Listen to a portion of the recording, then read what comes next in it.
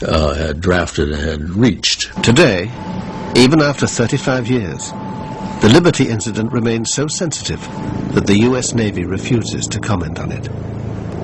I think there was a cover-up. I think there were details known from talking with some of those crew. It was pretty bad. How can my personal view be other than my American view, which was that they intended to attack this ship, and there's no excuse that can be found for saying that this was just a mistake? Most importantly, President Johnson, like Richard Helms, would also have been getting the radio intercepts. It's like a cable or a telex, right, that was sent to all the intelligence agencies and to the White House at the same time, because it was an American ship being attacked by a friendly power. Anything that's inimical and dangerous to the United States that the president has to see on a near real-time basis, he has to receive it. Did Johnson order a cover-up? No, that I'm aware of. But people were sworn to secrecy. The naval inquiry is regarded by many as incomplete. You ask McNamara about those questions, I'm not going to answer those.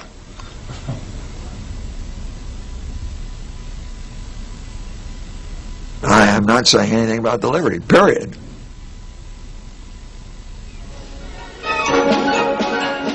In Israel, it was soon business as usual. An inquiry attended by the Navy chief, Shlomo Arel, concluded that the attack was mainly due to a series of Israeli blunders. Despite this, nobody was charged or court-martialed.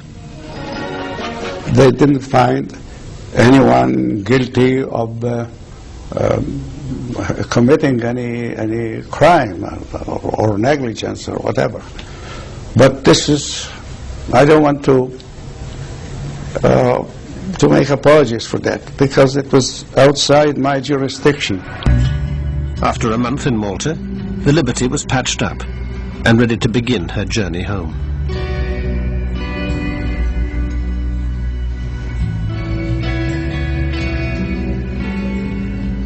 It was pretty eerie because we had to stand watches different times down where the torpedo had hit.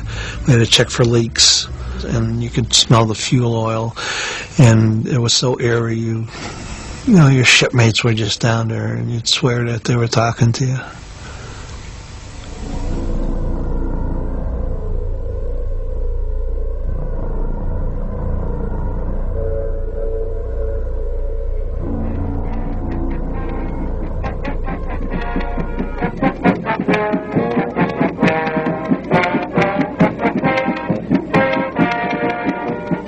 We arrived to fanfare, to local press, and Miss Norfolk, Miss Hospitality, Miss everybody.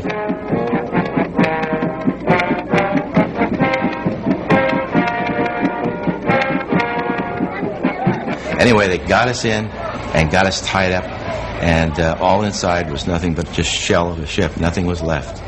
One of the things that bothered me for years was coming home. I'd survived all that other stuff, but the coming home part and facing people who had lost their loved ones, that was very difficult. Very, very difficult.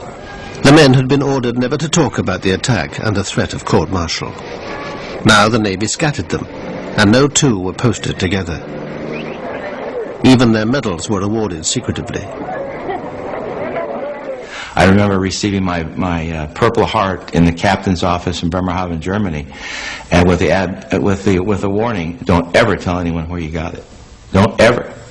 I knew at that time that things had gone terribly wrong with what had happened to us. I knew something was up, and so I basically made a decision to get out of the Navy, and I finished off my obligation, resigned my commission, and left the Navy.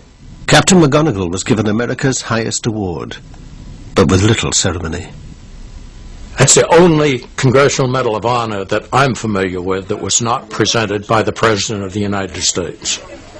It's normal protocol for the President to present the CMH. It was presented by the Secretary of the Navy, at the Navy Yard, a little base down in southeast Washington, rather than at the White House by the President? Well, certainly, I think it was the way that the Navy and the White House handled this was a travesty. Johnson didn't want this thing publicized. He thought it would harm relations with Israel and his relations with Jews in the United States. For Liberty, as you were commanding officer at that time. Thank you very much, sir. For the officers and men of Liberty, I accept this Presidential Unit citation, and I would add my own personal appreciation for their professional devotion to duty. Every one of our citations talks about military action, occasionally mentions enemy action, but never mentions that it was the State of Israel. For heroic achievement in connection with the unprovoked and unexpected armed attack on USS Liberty in the Eastern Mediterranean on 8th of June, 1967. A Silver Star Medal to Lieutenant George H. Golden. 3 times when told to stand by for torpedo attack. I witnessed a cover-up take place of the highest magnitude. I witnessed someone receiving the highest medal of the land, someone being promoted, someone given his choice of duty in the Navy for his silence. Nothing more, nothing less. And the silence paid off. The captain never stepped forward until the end of his life. And I only think what could have been if he'd have stepped forward in 1967. But a presidential election was coming up. Nobody in power wanted to let questions about the USS Liberty spoil relations with victorious Israel.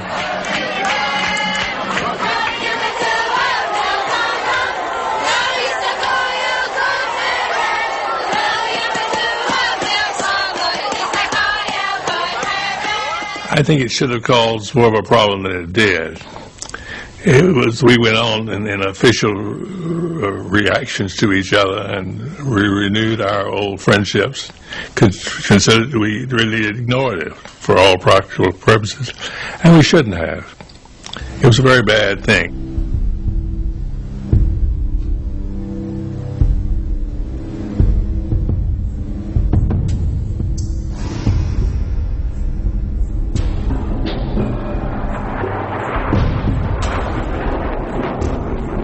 If you want to win a war quickly, there will be more mistakes, unfortunately. But the result of those mistakes is that you have won the war in 6 days. So this is the price you have to pay. Unfortunately, the price in this case, one of the prices, was the Liberty ship. Israel today still occupies the conquered Palestinian territories, thanks to continued U.S. support. The war of only 6 days has left a painful legacy of suspicion, suffering, and sorrow. Among those living with that legacy are the Liberty survivors, bitter about their own government's cover-up. Jim Ennis spent years trying to find out what had really happened. This book will be with me as long as I'm here. I've often said I'd like to have seen it go away years ago. I would have hoped that my book would have generated a congressional investigation that would have answered the remaining questions, and the whole thing could have been put to rest, and there'd be no question about what happened and why, and we just put it on and we all go on to other things. Jerry Goss, Petty Officer. Melvin Smith, Chief Petty Officer. Carl Noah, Seaman. John Spicer, Petty Officer. Gary Blanchard, Seaman. Alan Blue, Civilian. Jerry Converse, Petty Officer.